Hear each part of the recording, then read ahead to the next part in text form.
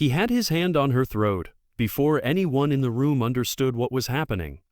The fluorescent lights of the classroom seemed too bright, too sterile, as desks scraped against the floor, and a stunned silence fell over 20 frozen students. His grip was hard, his breath hot with rage, his arm trembling with an anger that wanted to hurt more than words ever could.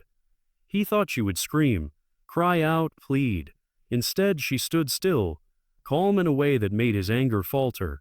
A slow, measured movement followed, almost too fast to see, and in a single breath, the man found himself face down on the linoleum, his arm twisted, his legs pinned, his wind knocked out of him. The room remained frozen, students wide-eyed, jaws slack, hearts pounding against their ribs as if to escape. The teacher stood above him, not panting, not shaking, not triumphant. Her face was unreadable, carved from the same quiet steel that had once carried her through the stormy black waters of Bud to the crucible of Navy SEAL training. Her name was Dana Walsh, and no one in this school really knew who she had been before the day she traded fatigues for a classroom key. They saw her as quiet, composed, maybe a little too serious, the kind of teacher who asked for respect rather than demanded it. She never spoke of her past, not the deployments, not the friends she lost in foreign soil, not the nights she woke gasping with the smell of salt water and smoke still clinging to her mind. She carried it all silently, wearing her scars like invisible medals that no one would ever see. Dana had not been looking for glory when she left the military. Her body ached with years of punishment, shoulders scarred from parachute mishaps, a knee that clicked every time she climbed stairs, a back that throbbed when the weather turned cold. But it wasn't her body that drove her away.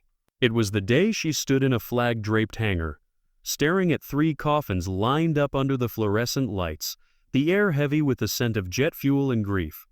She had survived the op. Her team had not. Survival, once her proof of strength, felt suddenly like guilt. Teaching became her answer to a question no one had asked. What do you do when you are still alive, but no longer the same? The man who had grabbed her was not a stranger. He was a father, angry and tired, who had been waiting at the door before class started. His son had failed 2 assignments, and the father's rage had been simmering for weeks, fed by late-night arguments and bills piling on the kitchen table. No one excused what he did, but anger rarely asks permission before it strikes.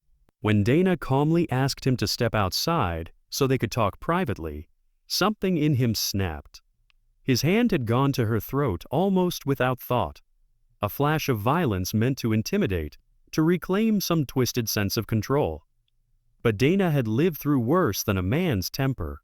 She had been thrown into surf torture, had crawled through mud while instructors screamed in her ear, had faced nights where she didn't know if the sun would rise again.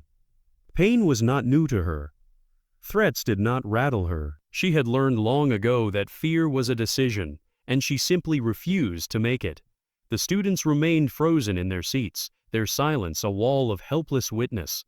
The father, stunned to find himself on the floor, stared up at Dana with something that looked like both rage and confusion. She did not shout.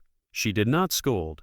Her voice, when it came, was low, controlled, like the tide pulling back before a wave.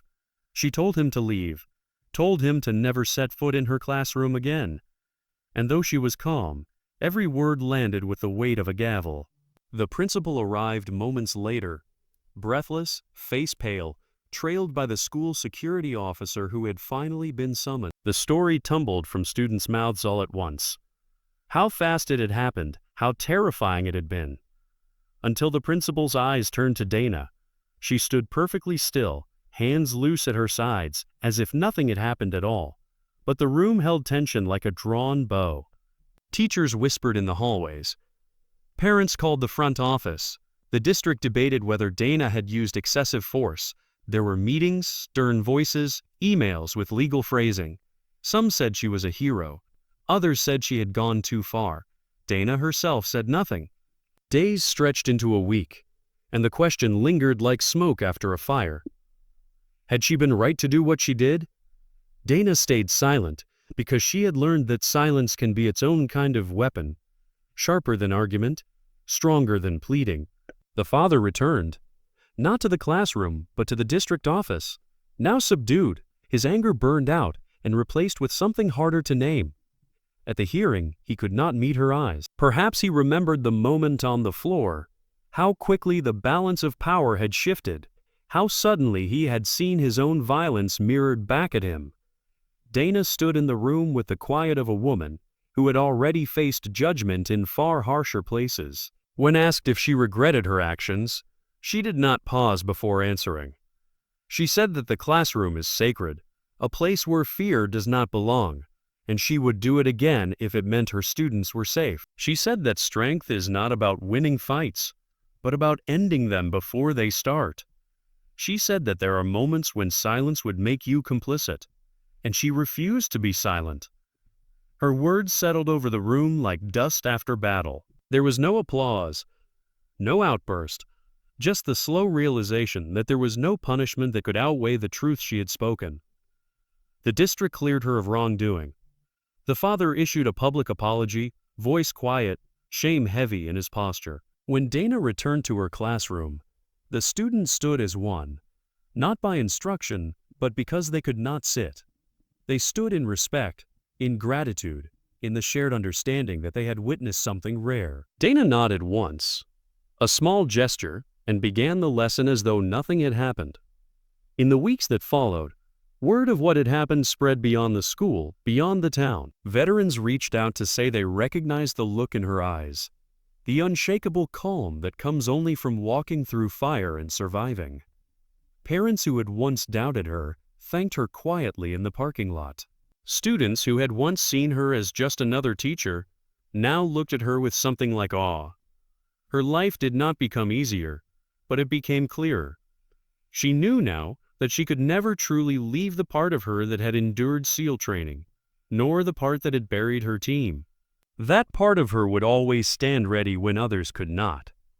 At the end of the school year, a student left a note on her desk. It said simply that she had taught them more than math or history. She had taught them what it meant to stand firm without hatred, to fight without cruelty, to protect without needing thanks. Dana kept the note folded in her pocket, carrying it like a medal that no one else could see. And so the story of the teacher who ended a fight without speaking a word became more than gossip. It became a reminder that quiet strength can be the loudest voice in the room. If you felt the weight of this story, share where you're watching from. Let us know what this moment means to you.